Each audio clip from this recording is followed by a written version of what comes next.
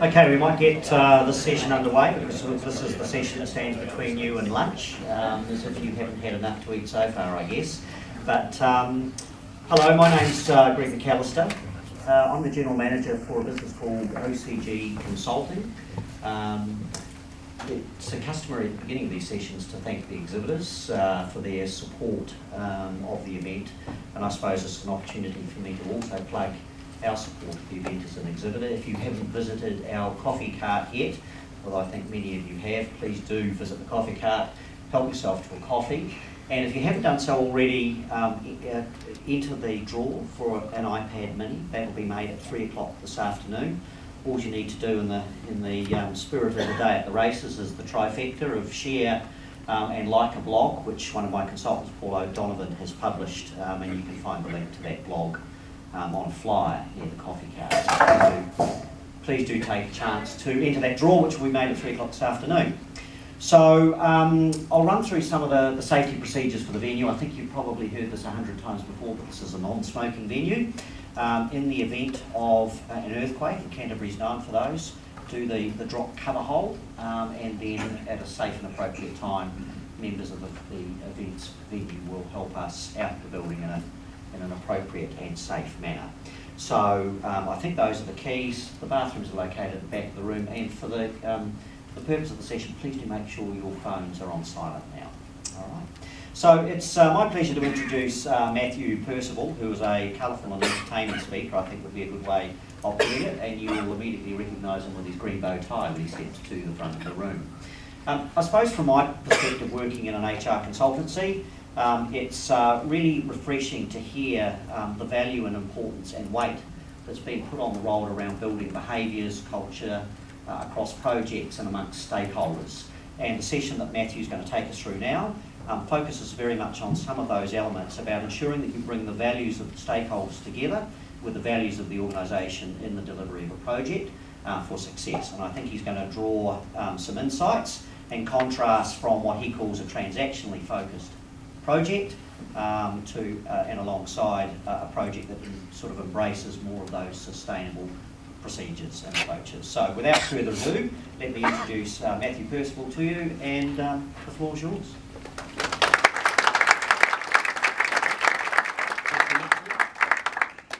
Wow, what a fantastic conference. Dinner last night, wasn't it fantastic? I've been to lots of conferences across Australia and New Zealand, and it was the best one I've been to. So Stacey and Rosemary and all of the committee, fantastic job. Who was here at the last presentation by Mark Jamieson? Fantastic, that's actually really good. Oh, Mark, hello. One of the things that Mark said, and I actually had considered doing this, was actually having a meditation session at the beginning of a project management meeting. And I wonder sometimes if I actually will do that in the future. So that was really interesting insight. So today, carrots versus sticks, sustaining positive culture. One of the things that I am also involved with Project Management Institute is the mentoring program as a program manager. So if you get a chance to talk to us down at the PMI stand, it'd be great too. Okay, so what is sustaining positive culture? And I actually have to apologise because we should also think about creating it in the first place as well. It's not just about sustaining. So if we can actually create the incentives and the reasons why we do what we do. So I've got a few stories, and these slides may look a little bit ad hoc. Has anyone got any ideas what all these pictures mean? Anything in common? What is the thing in common? You may not get it. They all start with B. Bed, book, bonus, bicycle, bus. And so I'll talk a few about these stories so that it makes sense. So one of the first things I like to do when I'm doing some research into a specific matter is understanding the terminology. I've got definition of culture and also trust and intuition. Again, going back to Mark's presentation, trust and intuition, being mindful about what we're doing, really important. Interesting slide, it's actually not quite worked out, that's fine. So one of the definitions of culture is the arts and manifestations of human intellectual achievement, or the ideas, customs and social behaviour of a particular people or society, or simply how we think and act. Really important, because things like intuition, if we make a judgment call on a decision, not based necessarily on evidence or on fact, but it's your personal intuition of why you actually made that decision, you can't sometimes even explain it, but you know it's the best call. And there's actually a fantastic movie called Insei, which is Icelandic for intuition.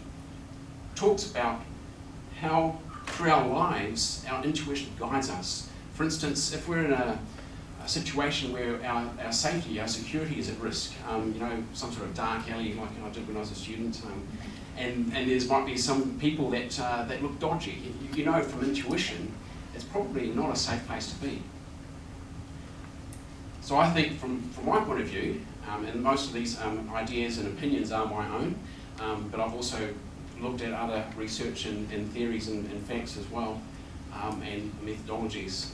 So I'll go into some of the stories. The bed is really important because that's where we sleep, but also who makes their bed when they get up in the morning? Fantastic. That's the first project you've achieved in the morning. It makes you feel good.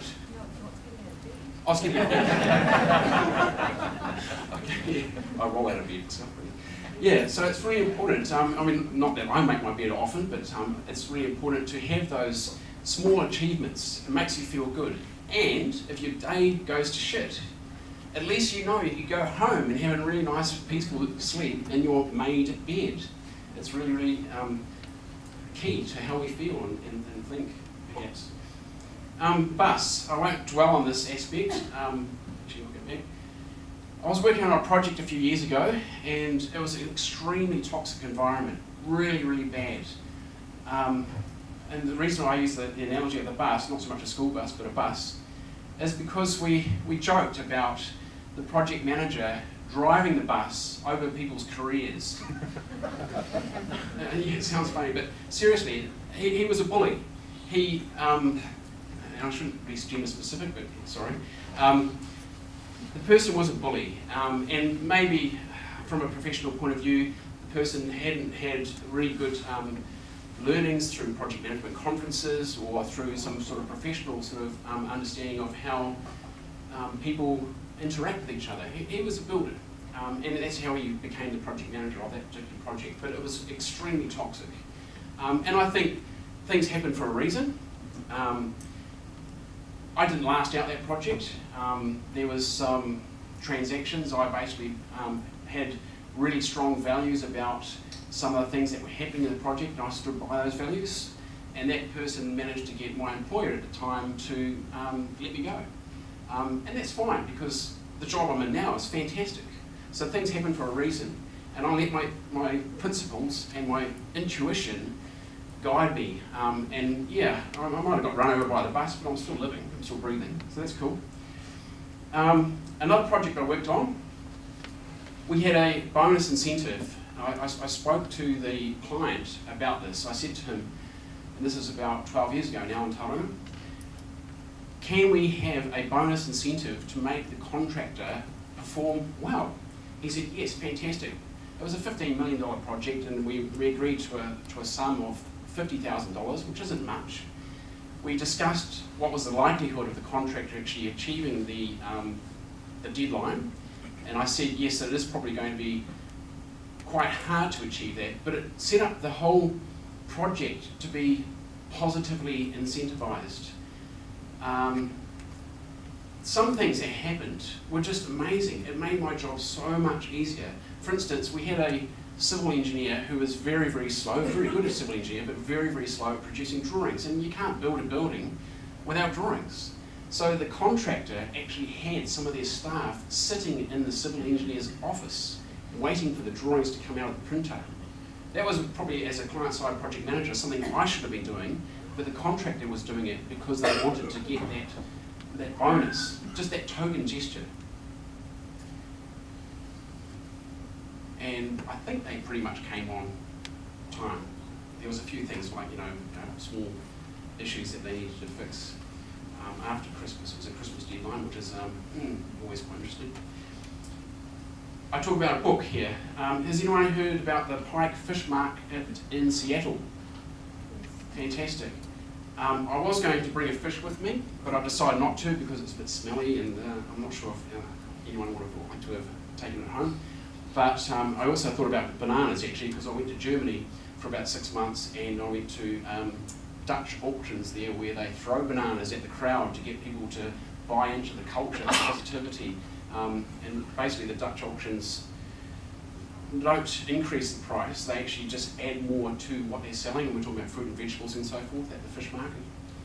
So yeah, there was a German fish market in Hamburg. I actually was going to bring another copy of that book, but I forgot, sorry about that, to give away. And also B corporations. Has anyone heard of B corporation? No, fantastic. We're going to learn something today.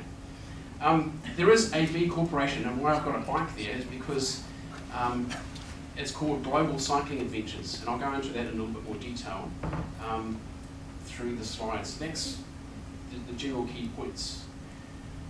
Okay, so now we talk about money.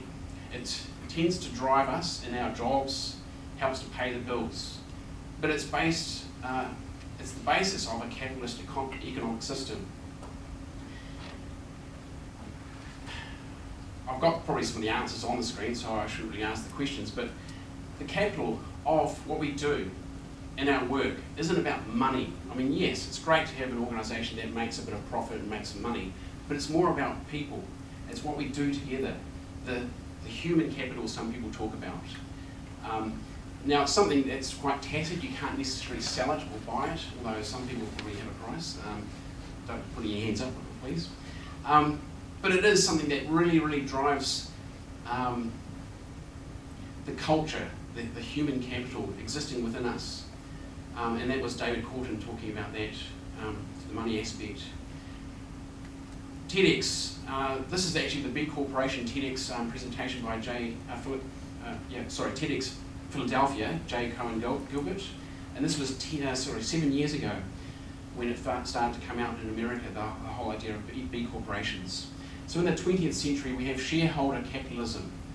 We basically maximise the shareholder wealth, money, exclusively. That's it. And to me, that's an older model. It doesn't necessarily work anymore. So here we are in the 21st century, we talk about stakeholders. You hear it all the time. I haven't actually Googled this in the Pen Box 6 edition, how many times stakeholder happens, but I'm sure it's there a lot. Has anyone read Pen Box 6? I think I'll put my hand up. Not like you! Jeez, geek. So I believe, and both, lots of people believe that it's more about creating a bit of money and profit, but also creating values and understanding values and driving what we do to be what we believe in. And we can do that together.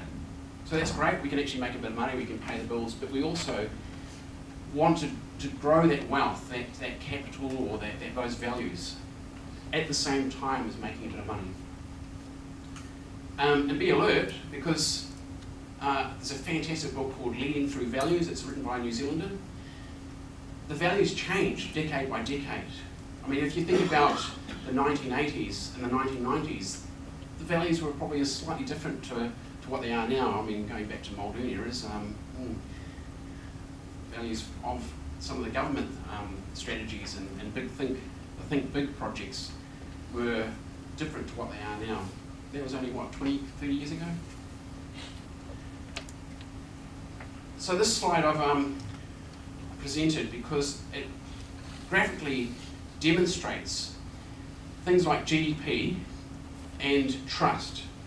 Here we are at the top of the slide. You've got Denmark and Norway, high amount of trust between peoples and really high GDP. New Zealand's up there as well. You look at some of the other countries down at the bottom of the chart, Bulgaria, Russia, Croatia, not a lot of high trust, not a lot of GDP.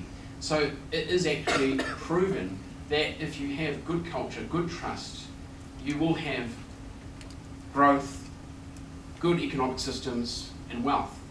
They go together. I've actually found just this week another slide won't talk about it too much, but this one also talks about belief. And the ones up there, Finland, Sweden, Norway, are Protestant countries. So that's just a pause to think about as well. Some of the other countries, like in Africa, again, different beliefs. I'm not necessarily saying that there's a correlation, but according to this slide, there is as well. So culture versus structure. I believe the two of them exist together. Some people believe that new organisations need to be structured before culture changes. Others believe collective culture must be first implemented before the structure happens. They exist together. You can't have one without the other. And project leaders wanting to achieve agility should consider their current and future states of both of the aspects in their organisation. And that's from PIM 6, the Agile Practice Guide, page 77. Again, you haven't read it, so hopefully this is new news to you. And here's another one. Peter Drucker, leadership expert. He's been talking about this for decades. Culture eats strategy for breakfast. I don't know what you had for breakfast, but was it culture? Was it strategy? I don't know. I find that really, really powerful because my job at council, my day job at council, fantastic place, but I have asked people inside council, when the elective leadership team and the elected members come up with strategies, do they actually ask people in the organisation, do they, what their values are? And the answer to all the people I've spoken to, half a dozen or so, have said no. So there's a disconnect between the values of people in the organisation to the strategy. Here we are as a council, we're serving the residents and ratepayers of Christchurch City, and hopefully the elected members and executive leadership team have got it right. But I would argue that there is more work to be done in that space. We should probably look at the values of all of the people in the organisation, and I think they have got it right mostly. But it would be great to see that engagement. In fact, one of the things that council does is an engagement survey, and I think we're at about 51%. The best practice organisations, and I think ANZ is one of them, is up around 80%, 85%. So there's still a lot of work to do in that sort of space. 24 minutes. Does anyone need to leave for lunch? 5 key points for a project. This is from Patrick Cantillon, who's the project director for the Christchurch City Town Hall rebuild. Good, clear, concise communication. Strong culture of collaboration. Is there a passion for the project? Again, those personal values are coming into it. Do you actually want to do this job? For instance, I mean, who would, again, no hands, but who would go to work if they weren't going to get paid? Do they actually believe in what they do? It's really, really important to think about that. I think I would. I'd still go to work if I didn't get paid. Clearly defined objectives, what's in it for me and what's in it for the project. Not afraid to speak to the people you would normally speak to. Give toolbox talks and work with the contractors. For instance, I know for a fact Patrick does, because there was a few people that might have gone to the actual tour. Sally, was Sally here? Yep. So we actually had a tour around the town hall a few months ago, and we know for a fact that he actually talks to all of the contractors. If someone needs help lifting something, for instance, he'll get in there and do it. And finally, for Patrick and myself, the most important thing is why. Why are we doing this? Yeah, it's not just about money, but it's also our personal values. For instance, you know, rebuilding a building for Christchurch City, it's going to be there forever, one would hope. It's not going to happen with this, great. Peter Brent, sorry, what's his name? First name, Branson? Richard, that's right. Clients do not come first, employees come first. Really, really different to most way of executives thinking. If you take care of your employees, they will take care of your clients. I guess what he's saying there is that through your employees as representatives of your organisation, your client will believe in them if they have self-belief also in their organisation. So that's really, really key. And you know, he's gone on to have a bunch of companies and quite successful, one can argue. I don't actually know if he's that highly educated. Does anyone have any comments about that, Richard? He's dyslexic. Dyslexic? So actually there was a quite interesting, Phil was talking about academic qualifications and how they don't necessarily lead to success. That was a really great presentation from yesterday. Ia aha te mea nui o te ao. What's the most important thing in the world? This is Helen Clark, and also last night we were talking or listening to one of our award recipients. He tangata, he tangata, he tangata. It is the people. It is the people. And so Helen goes on to say, we owe it to all of us to work together to build a fairer and safer world.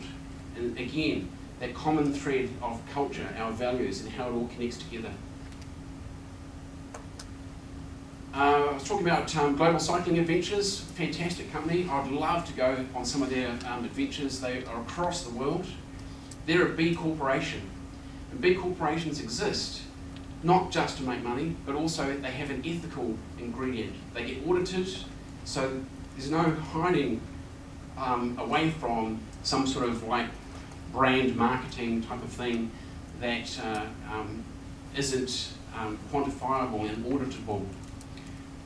And so yeah, Simone and I forget the other gentleman's name, they're based here in Christchurch, and they've got agents across the world. So if you ever want to go cycling overseas, look them up, Global Cycling Adventures.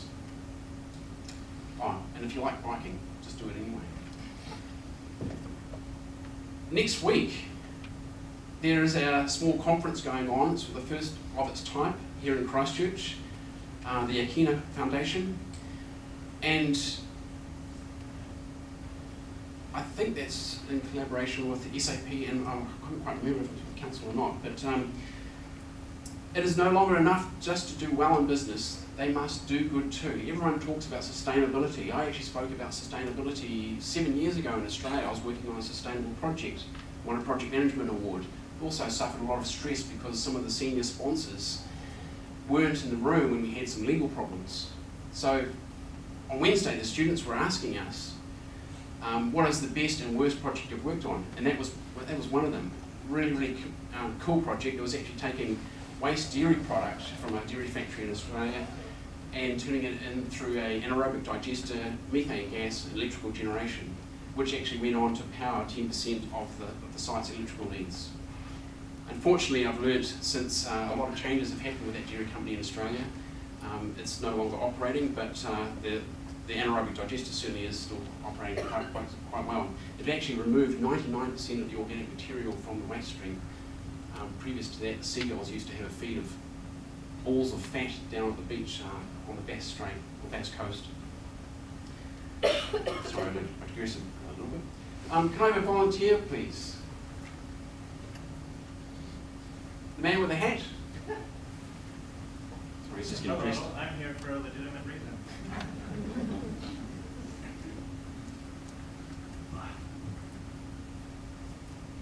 And your name? My name's Steve Wilbury. Steve has volunteered. I did actually check with him beforehand, so it's a little bit premeditated, but it's okay. He's still a volunteer, and he's a fantastic looking volunteer and well dressed. He's throwing pens around as well. Free prize. Please don't throw me.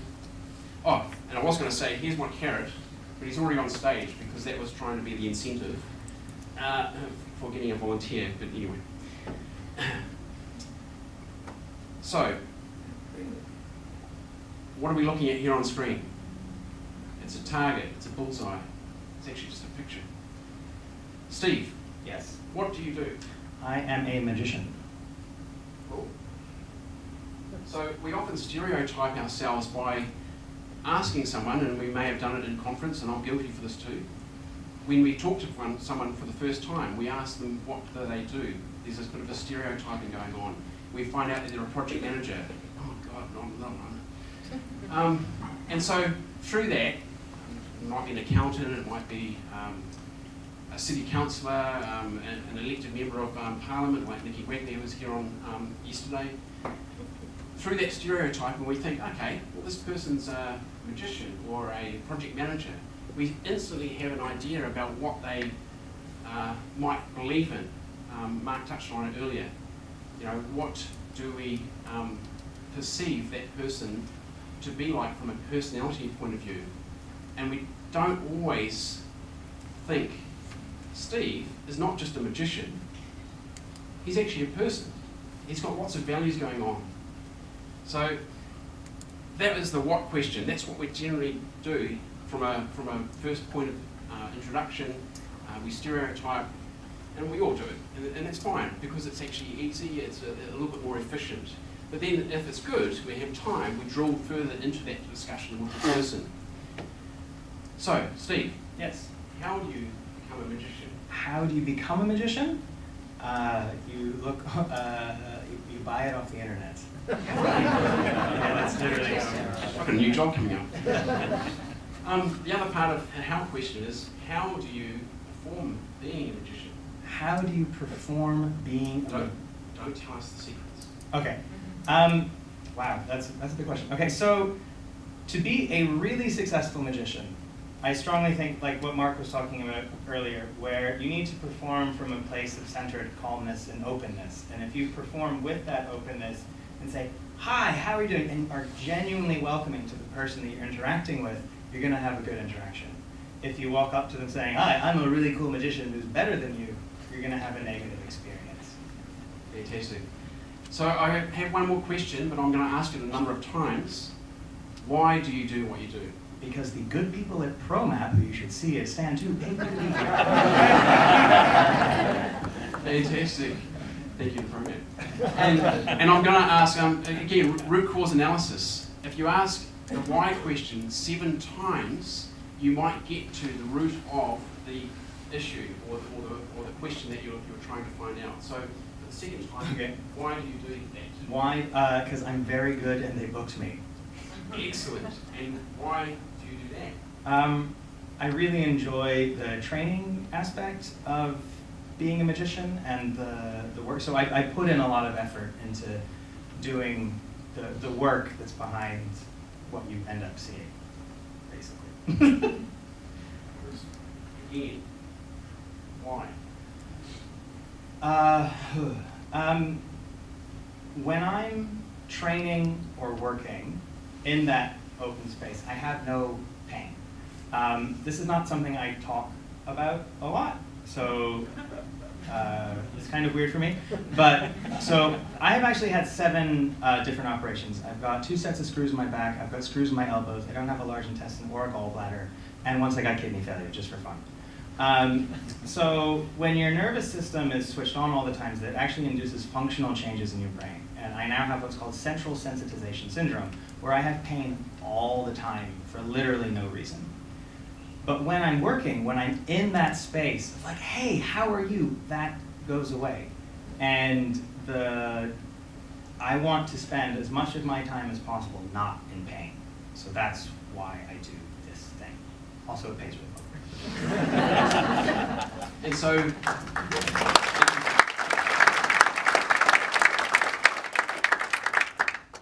to sum up, and I appreciate you helping me out here, the values behind why you do what you do, you've explained it, and it helps with you from a physical and sensory point of view. Is there any other whys or values that you want to discuss or share with us?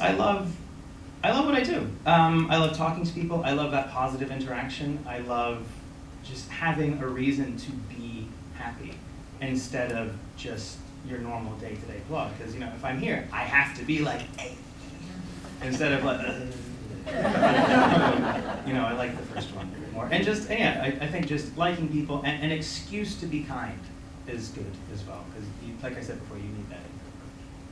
Fantastic, thank you. And a round of applause for Steve.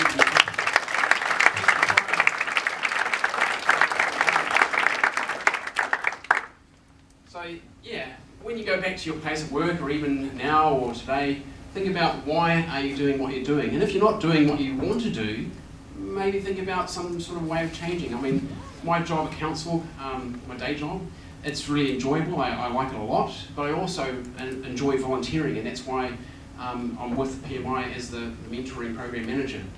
And I think I've got a couple of slides on that. There we go. So we actually got the business case approved a few months ago. It was running back in 2011-12, thanks to Caroline Donovan. Set it up quite well, but it fell over for a few years there, and so we've reinvigorated it this year.